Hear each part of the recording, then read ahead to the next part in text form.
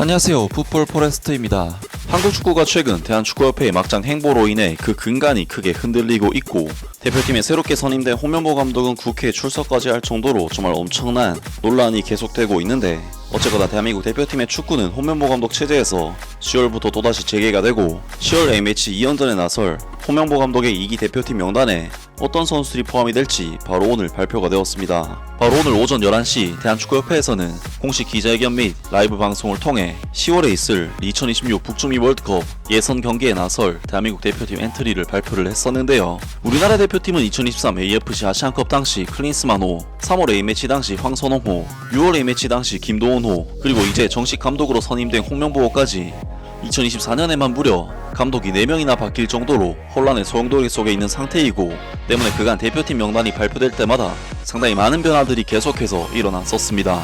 그래서인지 우리나라 대표팀은 9월 홍명보 감독 체제에서 이렇다 할 전술적 기반이 전혀 느껴지지 않는 경기들을 펼치면서 팬들을 만족시킬 만한 경기력을 전혀 보여주지 못했고, 이는 안 그래도 여론이 좋지 못한 홍명보 감독의 여론이 더욱 악화되는 결과로 이어졌었는데, 홍명보 감독으로서는 10월 A매치 2연전을 통해 팬들의 여론을 바꿀 만한 결과를 가져오는 것이 매우 중요하다고 할 수 있는데요. 그리고 그러한 결과를 얻기 위해 어떤 선수를 차출하느냐가 현재로선 가장 중요한 관건이라고 할 수 있는데, 바로 오늘 그 명단이 발표가 되었습니다. 일단 대표팀 명단을 먼저 말씀드리자면, 골키퍼에는 조현우, 김승규, 김준홍, 수비진에는 김민재, 김주성, 박민규, 서령우, 이명재, 이한범, 정승현, 조유민, 황문기, 미드필드에는 권혁규, 박용우, 배준호, 백승호, 손흥민, 엄지성, 이강인, 이동경, 이재성, 황인범, 황희찬, 공격진에는 오세훈, 오형규, 주민규 선수까지 총 26명의 선수가 발표가 되었습니다. 우리 대표팀에게 있어 이번 명단에서 가장 주목할 만한 부분은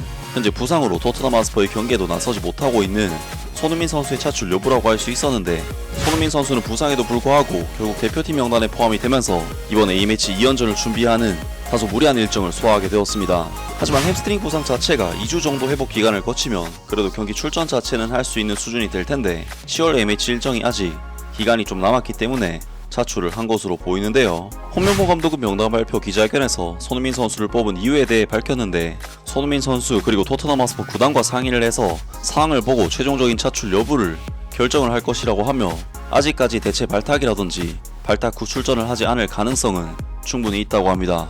또한 우리나라 대표팀은 지난 9월 A매치 대비 새로운 선수들이 꽤나 이름을 올렸는데, 우리 대표팀의 든든한 넘버원 골키퍼였던 김승규 선수가 아시안컵 이후 처음으로 부상에서 회복해 드디어 차출이 됐고, 3부 리그에서 뛰고 있긴 하지만 거의 리그 베스트급 활약을 보여주고 있는 백승호 선수가 좋은 활약을 통해 대표팀에 복귀를 했습니다. 그리고 역시 스코틀랜드 프리미어십 하이버니아에서 뛰어난 활약을 펼치고 있는 권혁규 선수 또한 생애 최초로 대표팀에 이름을 올렸고, 최근 행크에서 2경기 3골에 엄청난 활약을 펼치고 있는 오영규 선수도 대표팀에 정말 오랜만에 돌아오게 되었는데요. 그리고 스토크시티의 에이스 배준호 선수의 경우 지난 9월 A매치 때는 부상 관련 이슈로 차출이 되지 않았었는데, 소속팀에서의 좋은 활약을 통해 다시금 대표팀에 복귀를 하게 됐고, 또한 마인츠로 이적한 홍현서 선수 역시 이적 후 적응에 대한 배려로 9월 A매치에서는 차출되지 않았었고, 최근 마인츠에서 정말 놀라운 폼을 보여주고 있었는데, 아쉽게도 홍현서 선수는 이번 명단에서 빠지게 되면서 유독 홍명보 감독 체제와 인연이 닿지 않는 아쉬움을 남기게 되었습니다. 아무튼 홍명보 감독은 오늘 발표된 요르단과 이라크라는 강력한 팀들을 상대로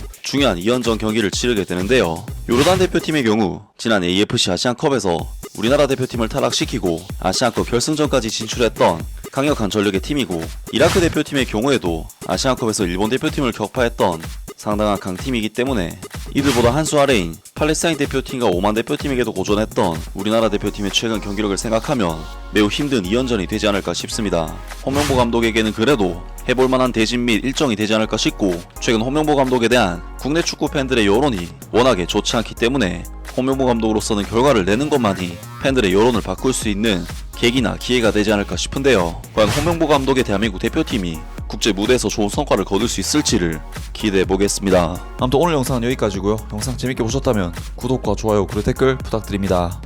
감사합니다.